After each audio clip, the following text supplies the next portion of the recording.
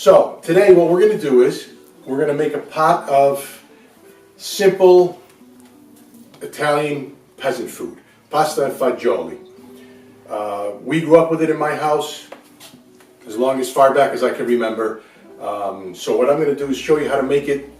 First of all, it varies from region to region. Most dishes do vary a little bit from region to region, from family to family, from house to house, whatever. This is how it was done in our house, and this is what we grew up with. And we also did it this way in our restaurant.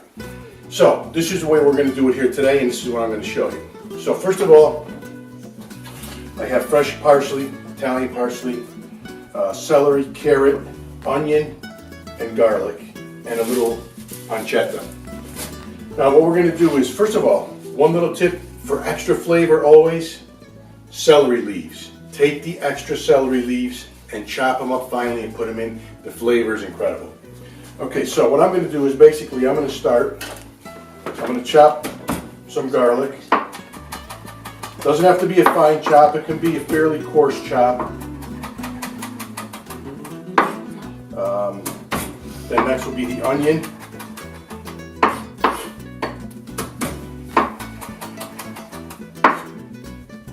I'm going to add it to my pan.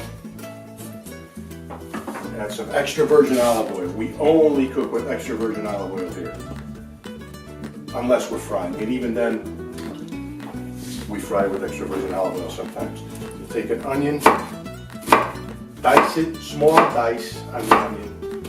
You don't want big chunks of anything really.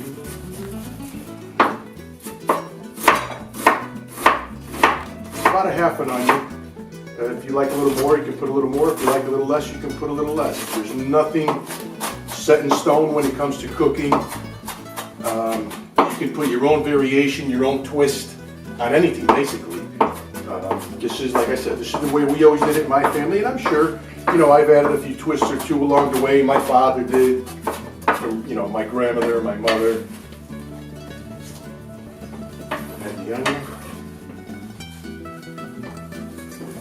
Fresh parsley. By the way, December, this is still fresh parsley from my garden, and celery leaves from my garden. Add that to our pot. Carrot, we're going to cut it. Cut it again. Carrot adds a little bit of sweetness to it. Again, small dice.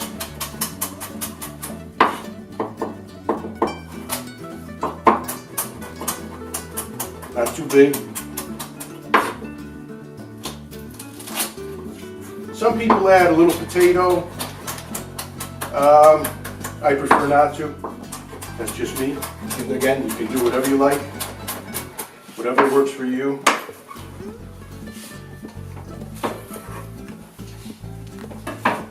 Celery leaves. So much flavor. A lot of people don't realize this. Celery pieces. Again, pretty fine chop, semi-fine.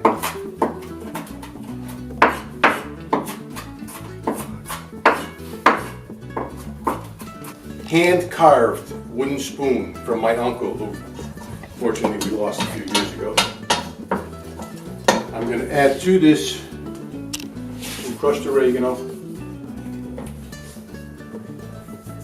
We don't really use measurements here. We do things by the pinch, or some cracked black pepper.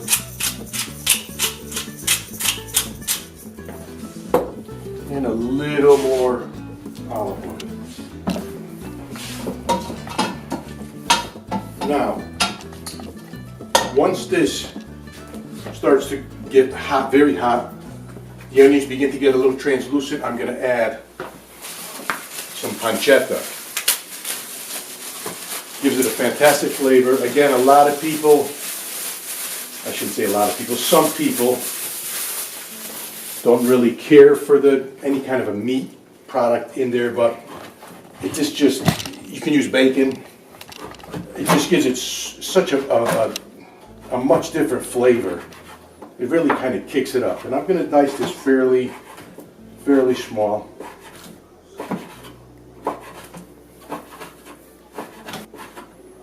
Now this will stick to your knife, so it's not as easy to chop the vegetables. And that should do it. Not too much, just to give it a nice extra kick. What I should have done, I don't always. Sometimes I'll heat the oil in the pan first. For certain things, sometimes it's better, sometimes it's, you know, it's fine if you don't. This time I didn't because I had a lot to chop, so I wanted to chop and I wanted to show you the coarse chop, the fine chop. And now this is just starting to get hot. Again, this is the way we always did it in our family. We were in the restaurant business. Between fast food and Italian home style cooking for 40 years. 23 years as Italian, you know, home style dining, cooking, which I learned from my father, who learned from a chef in Switzerland, passed it all on, and we still use recipes from my grandmother, from my mother, aunts and uncles. It's basically, it all stays in the family. You know, like I said before, we can, you know, you may tweak a little bit here and there, each thing, each recipe. But it's all in what you like. I'm going to add just a little more oregano to this. Not too much. Now this is starting to get hot and starting to cook, basically saute, if you will, in the bottom of the pot. I just added my diced pancetta, which will now render down, release some of its fat, some of its, you know, a lot of its flavor. Again, this is a very simple, it's really a very quick dish to make, and it's always on kind of a cold, damp winter day. It's just, it's comfort food. It's Italian home-style comfort food. Now we're going to let this cook for a few minutes, and then I'm going to add some Italian tomatoes, hand-picked Italian tomatoes.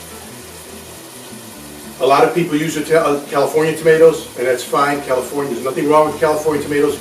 I personally prefer Italian tomatoes, especially hand-picked Italian tomatoes, or San Marzano tomatoes. As long as it's Italian peeled and says product of Italy, it has to say product of Italy. A lot of people don't realize that.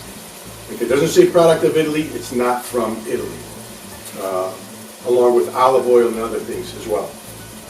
So what I'm going to do is I'm going to let this cook for just a few more minutes here. Let that pancetta render down.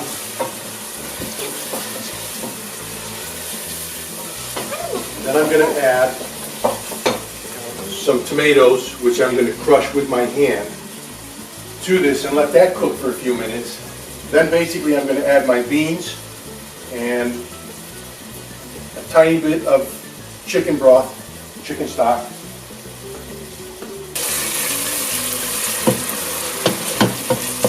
Let that render down again.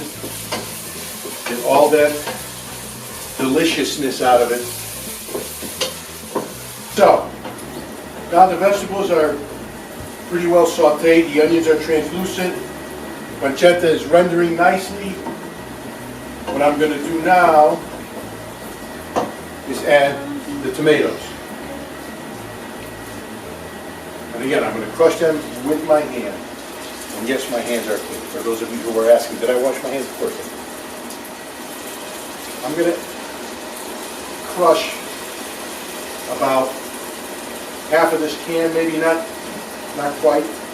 You don't want it too tomatoey. You don't want it too red. You want it kind of on the orange side. All right. Now we're going to stir that in. Let the tomato cook with the vegetables a little bit, or I should say let the vegetables and the pancetta cook in the tomato. And just a little bit of that juice.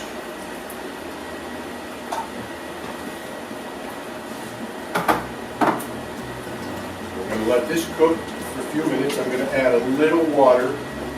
I'm going to add a little water with my measuring cup.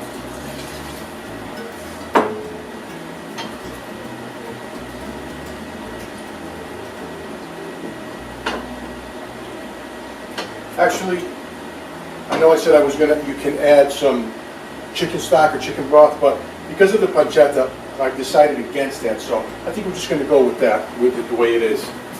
I don't mean to be repetitive, but if you use one of those meats in here, it will give kind of a stock consistency to it, which means you won't have to add chicken broth. However, if you don't use any of those meats, then you can put a little chicken stock, and that'll give it a little more flavor.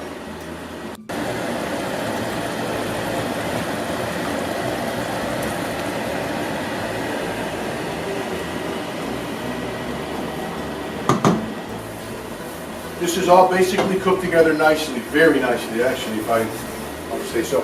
I'm going to take the beans and drain them. I have a can of white kidney beans, a can of red kidney beans, and a can of chickpeas. I prefer to use all three. If I don't always have all three in the house, I'll use one or two. Some people prefer to use strictly one type of bean, red kidney beans for instance, or white kidney beans. I like to add all three, just because I like beans and they all taste great. So we're going to rinse these, give them a quick rinse. We'll use a couple along the way there.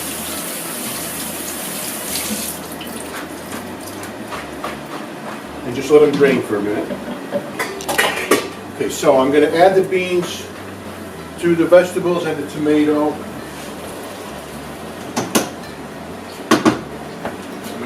Quick stir, just to coat everything and incorporate it all nicely together. Oh man, it smells so great. The pancetta just has an incredible aroma. Add a little more water, bring it to a boil.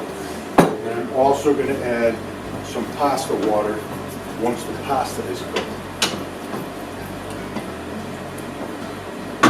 Now, there are some, like I say, some people or some regions or some households, whatever, you know, the case may be, that may make it a little soupier or a little thicker.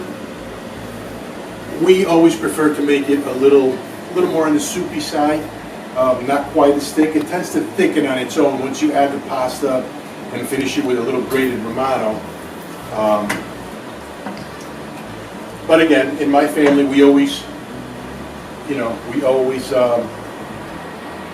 served it on the soupier side. And to this, I'm also going to add a little more cracked black pepper. Now, you could also add some crushed red pepper flakes if you like, to kick it up and give it a little heat. I'm not going to do that today. I'm also going to add some salt.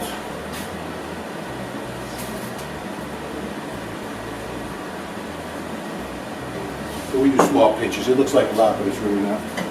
And we're probably going to have to adjust that again later anyway. We're going to bring this to a boil. My pasta water is boiling. So we're going to bring this to a boil. Drop the pasta. I use this. A lot of people use ditalini. The smaller pastas. This is a smaller pasta as well, but it's called a mista, which it's almost like a bunch of little broken pieces of pasta. And for some reason, for whatever reason, it gives it an extra kick, if you will. So I'm going to open this and I'm going to drop some in the water. For the size pot I made, I'm going to cook about half of that pound, and that should be plenty. And again, I'm going to use some of this pasta water. I'm going to salt the water also.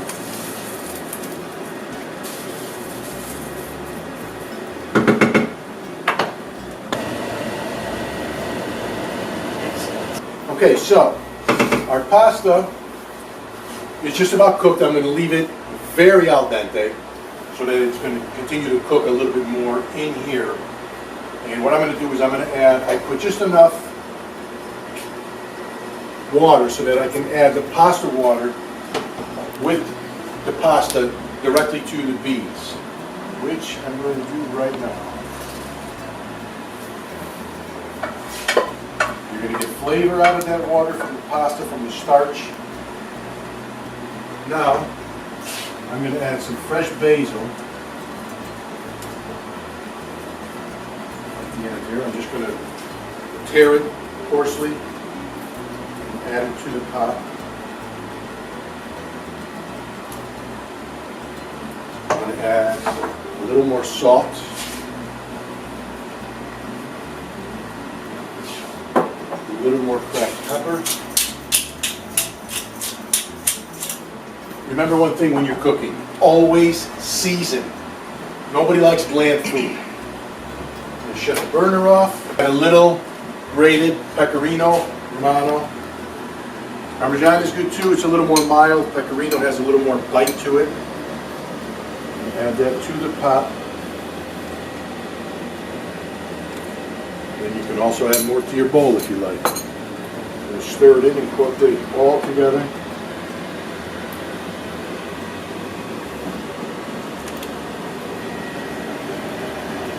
And there we have it. Pasta fagioli done. Simple, very simple, delicious, comforting. It's not too red. It's not real orange. It's kind of a light brown color, but you don't want it too tomatoey. Now,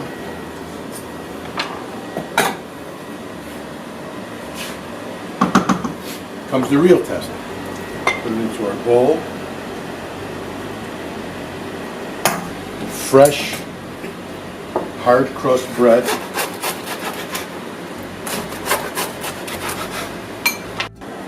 Now the taste test.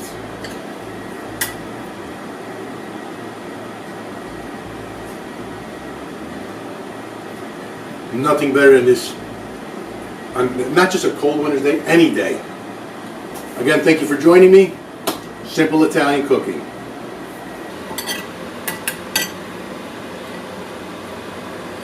Lunch is served.